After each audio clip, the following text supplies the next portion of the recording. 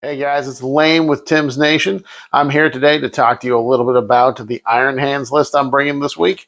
Now, I've got some new stuff cooking for the Death Watch. Going to try and tweak some things to improve my results a little bit. But I figured I'd try Iron Hands again. The reason I'm trying Iron Hands is because DJ told me he's bringing a whole bunch of Orc Walkers. So I thought I would just, follow suit and play a whole bunch of Dreadnoughts. So this is an Iron Hands list. I've got some Knights allies in there, but it is 11 Walkers and 2 Tech Marines. So we're going all Dreadnoughts and some Armigers. Just going to have some fun with it. I figured Iron Hands would probably be the best attachment for that. It's just going to be Iron Hands, Iron Hands. There's no other army models or anything. No Dark Angels models. No Space Wolves models. No Black Templars models. It's just Iron Hands, Dreadnoughts, and the Iron Storm Spearhead detachment. The plan is to have fun with big stompy robots. That's what I aim to do. I don't know how good the list will be, but if DJ's bringing a bunch of stompy Orc robots, I'm going to counter with a bunch of stompy Imperial robots, get in some punching and some fighting. We've had the points changes. It changed a couple things. It increased a couple of the Iron Hands, or the Iron Storm Spearhead enhancements by a couple points. The target augury web was already at 40 points, so I don't think they increased it anymore. They did increase the one that lets you zero out a failed armor save, and the Master Machine War that lets you advance or fall back and still shoot with your vehicles, and the aura around the Tech Marine. So other than that, this list probably lost or went down in a few points, because the only other thing in here that was affected, I do have one Brutalis. The Brutalis are down to 160, which means they're pretty viable. They do well in Iron Hands because they get that hit reroll, and they have a twin-linked multi-melta on them. So you reroll one of the melta hits if you need to, and they're going to automatically reroll the wound rolls because it's twin-linked. So it means in shooting it benefits, and then obviously in fighting it's got a bunch of attacks. And the attacks are twin-linked too, so you can use the Iron Hands reroll on the hit roll when it fights. So I think it's a good fit for Iron Hands. Like I said, I've only got one of them. Otherwise, I might try 2 or 3 of them to see how they play together. Especially going up the table, they do mortal impact wounds. When they complete a charge, on the charge completion, they do impact mortals to their enemies. So you can stack that with tank shock and just do a ton of mortals on the charge, and then the punch is really good too. So, but I've only got one of those. We'll go through the list here, talk about everything. I suppose with my collection, I could have dropped the Tech Marine and squeezed one more Dreadnought in here, but the only other legal Dreadnought I have would be a 3rd Invictor Warsuit, and I'm not that excited about those guys, so we've got 2 of them, and I don't think I need 3 of them. I could squeeze a few more, one more Dreadnought into this list, but I think what we've got will be fun. So let's go through the list. Here we go.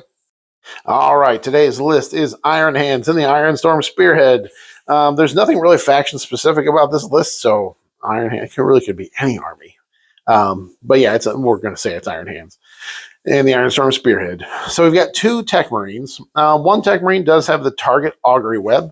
This is an aura of 6 inches around him where all vehicles get lethal hits.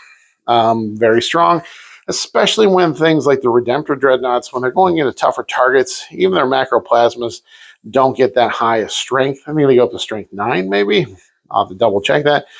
But if you're going into toughness 10 vehicles, they're just not going to get there. So giving them lethal hits helps.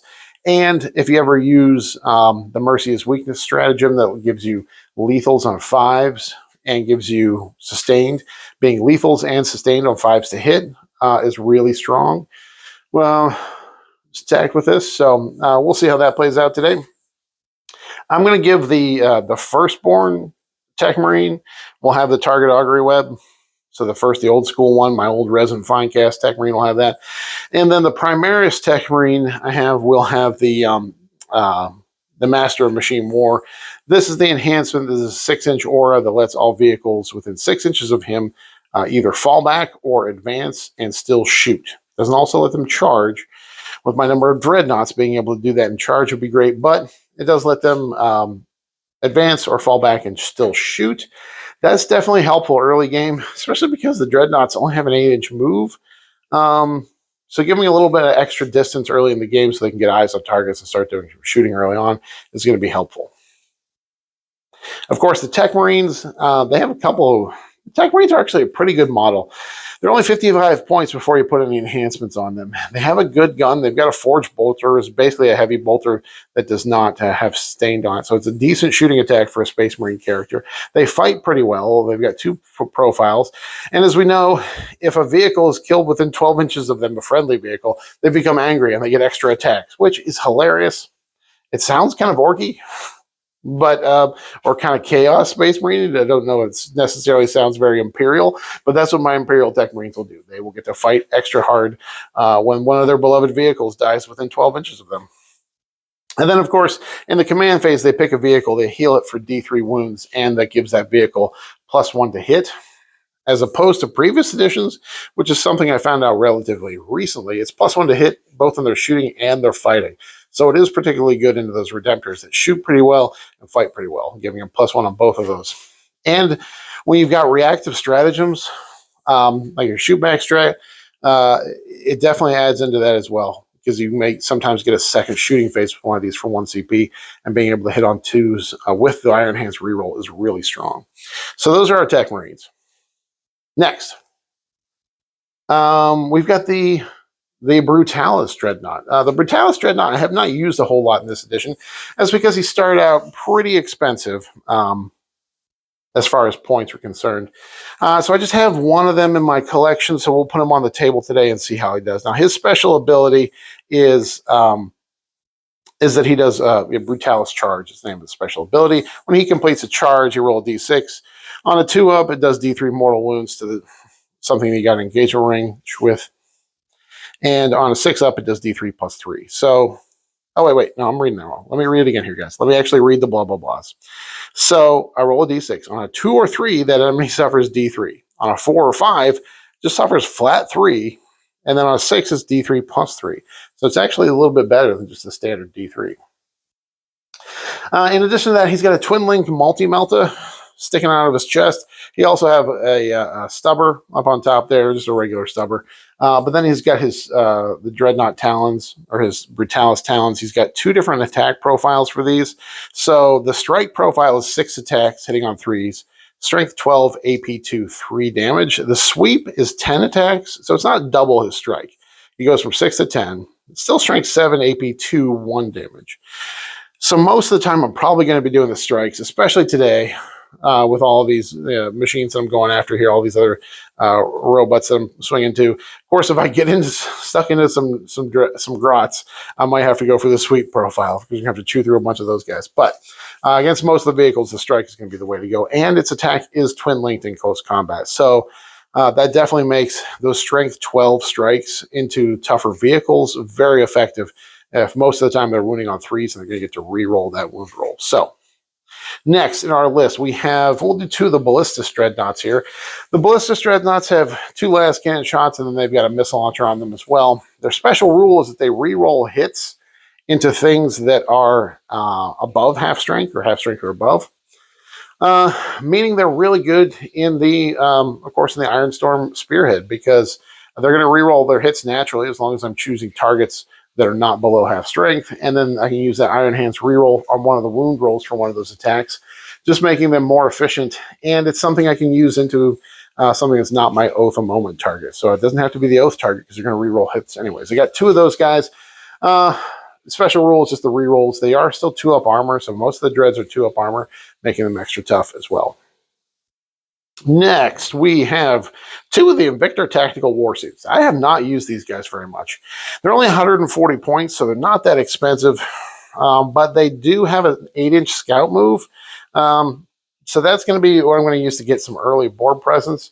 I don't have any other infiltrating units in the army, so just these guys will get their scout move.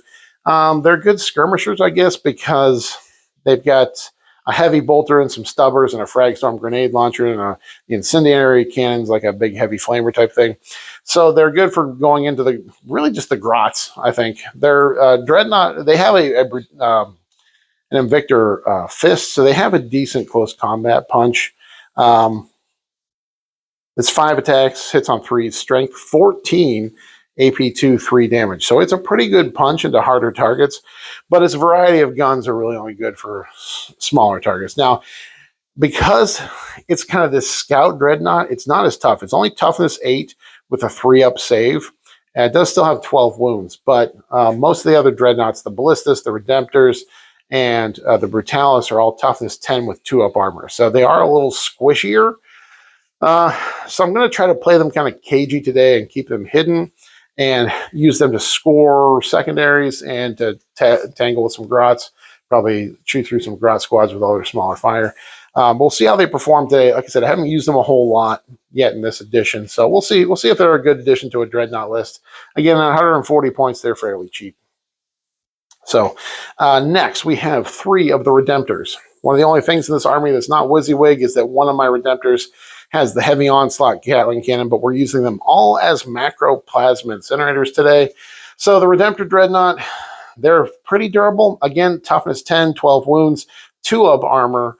And Redemptors reduce damage by 1. So they reduce incoming damage by 1. They have a good macroplasma incinerator. It's D6 plus 1 shots blast, meaning even if I got to go into like some grots or something with that blast, they'll chew through a fair number of them. But hopefully they get to do some work going into some vehicles. I got to chew through. I'm just looking at DJ's list. There are so many kilocans and other big robots. So I'm really hoping those macroplasmas pay off today and start doing some damage. But again, the Redemptors shoot pretty well, fight pretty well. They're a good combination, and they're really durable with that reduced damage reduction and their defensive profile. So glad to see them on the table today. And then we've got some allies. We have 3 Imperial Knight Armatures. I've got 2 of the Warglaves. These are the guys with the melted cannon and then the chain sword thing, the chain glaive, I think. Their special rule is that when they charge, they get sustained, which is not amazing. But I think they're better in an actual Imperial Knights detachment where they get those rerolls, because rerolls with those meltas are real strong. We'll see how they do today. I'm hoping to get some melted damage into some of these big robots that I'm going against, especially because their thermal spear has a 24-inch range, and it's I think it's strength 12, AP 4. It's Melta 4, so when you get within 12 inches, it becomes Melta 4. So you can definitely get some damage through on some of these harder targets. I've got 2 of them. I don't have the little guns on top. I don't know where I put my little carapace guns, but each of the Armature Warglaves has the Meltagun on top, just a regular Meltagun. And then the one Helvrin I have has a stubber on top. The Helvrin, his special rule is that if he's on an objective or he's in my deployment zone, his guns are anti-fly 2. I think that's only relative into the 5-man squad of Storm Boys that DJ has. Other than that, they've got a long-range autocannon. So, yeah, this guy's going to be sitting on my home field objective. I probably would have taken a third of the Warglaves rather than him, because his autocannon, while it's strength 9, I believe, strength 9 and flat 3 damage, it is only AP 1, which is kind of a bummer.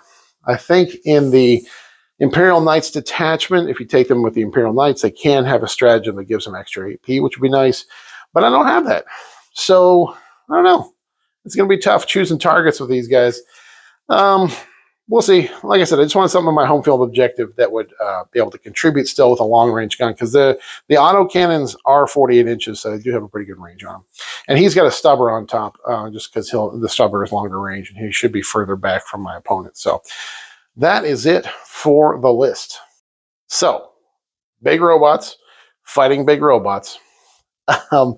I really want to see some of these Iron Hand strats. I want to see the shoot back strat. Last time I played Iron Hands into DJ, he didn't have a whole lot of damage output because he's running the infantry heavy AdMech. So he's got a lot more ability to do damage. So I definitely want to take advantage of the shoot back strat.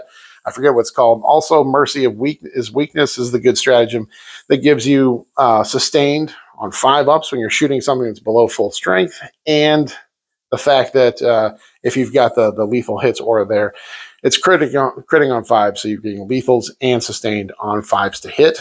If the Tech Marine has touched them, so he's hitting on 2s, that means you can just fish for those if you're shooting in your Oath of Moment target. So look for those today. I'm sure at some point a Dreadnought's going to die, and maybe I'll have the CP to do the auto explode strat. We'll see if that comes up as well. Other than that, I just really want to get in there and punch for these guys. Punch, shoot, fight, have a good time. Hopefully the Invictors clean up some grots. They're not going to do a whole lot of work in any of the heavier units unless they can punch a few times. But that's it. Let's see if this lower cost Brutalis Dreadnought is worth it. And let's have some fun. All right, follow me over to the battle report, guys. We're going to put some robots into robots, smash the metal together, and have a good time.